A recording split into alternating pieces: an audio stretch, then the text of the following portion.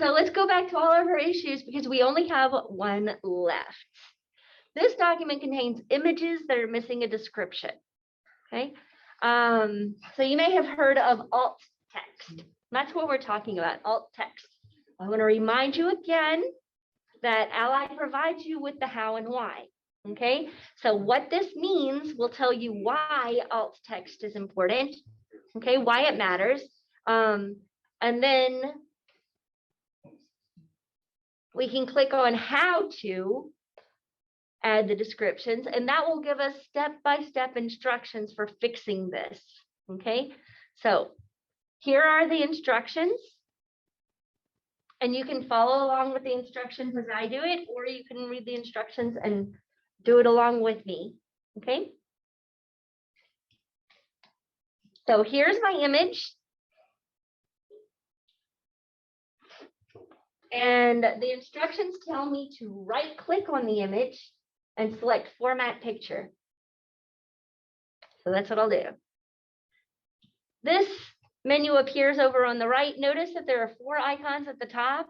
It's a paint can, a pentagram, and not sure what this one is, but that third one there, that's the one we need.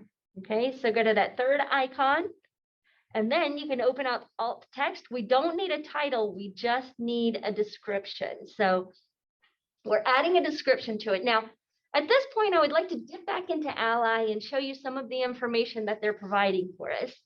Okay, notice that there's a how to write good descriptions. And this will get into a lot more detail about what should you write for a description. A couple of things that I'll point out. You do want to avoid saying picture of, image of, anything like that. Okay. Also, the way I like to tell people is, have you ever loaded a web page and an image didn't load, and so instead of the image you had this tiny little camera icon, and maybe there was even an amount of text saying what the image was supposed to be? That text was the alt text. So imagine if this image were to not load for whatever reason, what do you need students to know about it? Okay. Furthermore, think about, think about if you have a student who can't see the image, what do you need them to know about the image? And that's the information that we need to put into the description. So I could write the description as Greek statue. I could be more specific. It kind of depends on what do I need the students to know. Okay. We could also mark it as decorative. In later versions of Word, which I know some people have, so letting you know, there would be a box there that says mark as decorative. This is an older version of Word. This is 2016, so there's not one of those boxes.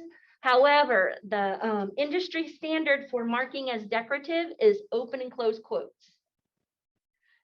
Why would you mark it as decorative? Marking it as decorative will cause a screen reader to just skip it altogether.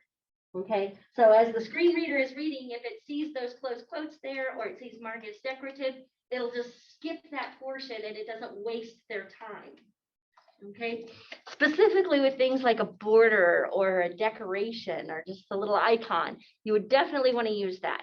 I don't know what this particular professor had in mind. I'm going to say it is a Greek statue. You don't have to click save or okay or any of that, submit, anything like that. You just close it out and we're good to go. And that is it. Now, don't forget to save if you're following along with me in the document. This is a good time to save it. Okay, and actually that was my 4th issue, so I can go ahead and close it out now.